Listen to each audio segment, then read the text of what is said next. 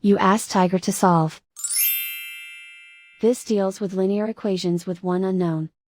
The final result is x equals 45. Let's solve it step by step. Simplify the expression. Group like terms. Simplify the arithmetic.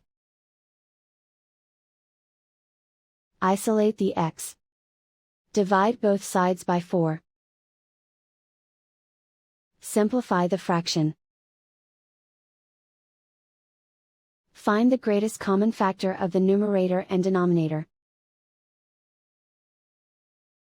Factor out and cancel the greatest common factor. And so the final result is x equals 45.